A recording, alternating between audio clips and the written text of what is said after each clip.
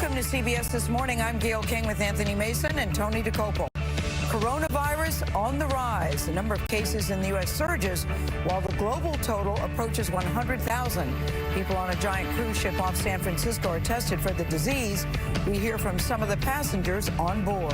The race to respond. We're dedicating the entire second hour of our show to the worsening coronavirus crisis. How it started, where it's spreading, and what you need to do to protect your families. I've been there with dogs. Once it's in the mouth, though, hard to get it out. Yes, I love that Bailey appeared on Rachel Maddow. That was great. I was going to say that. Yeah. Welcome to CBS This Morning. We begin again with a story about the coronavirus, the worldwide outbreak. Now at least 230 known cases in 21 U.S. states. Nevada and Colorado reported their first cases yesterday. At least 12 people have died, 11 of them in Washington state, where a Seattle suburb has closed all schools for the next 2 weeks. This morning, The U.S. government is getting some criticism in the race to respond to this crisis. The CDC is accused of botching.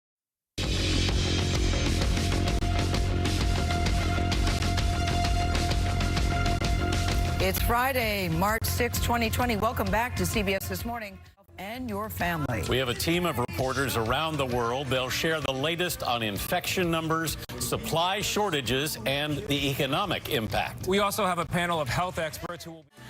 Welcome back to CBS This Hour. This is a special hour for us because we begin with what we know about the coronavirus. This coronavirus causes a disease called COVID-19. Now, most cases are mild and similar to the flu or a cold. The symptoms can include a fever, coughing, and shortness of breath. They can appear 2 days. More than 98,000 cases have been reported worldwide.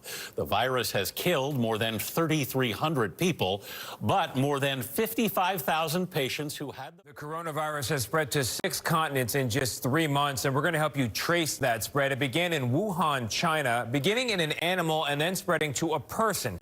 That person then spread it to other people, and the virus quickly spread from there, infecting dozens and forcing the Chinese to neighboring countries, including Japan, Thailand, and South Korea. All the way across the Pacific on that day, it appeared in a Washington state man, and that was the very first known case in the United States. By February 5th, the virus was on board the Diamond Princess cruise ship, docked at the time, 106 of them. Eventually, American passengers were brought back home to the U.S., put on military bases. The virus landed in Iran. No one is quite sure how it ended up there. And it also exploded in Italy, 124 cases there. And it spread throughout Europe, the UK, France, Germany, Spain, and Croatia.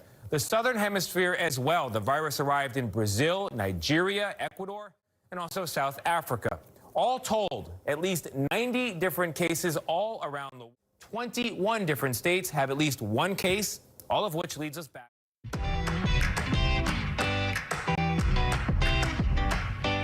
Concerns about the coronavirus have hammered stock markets around the world.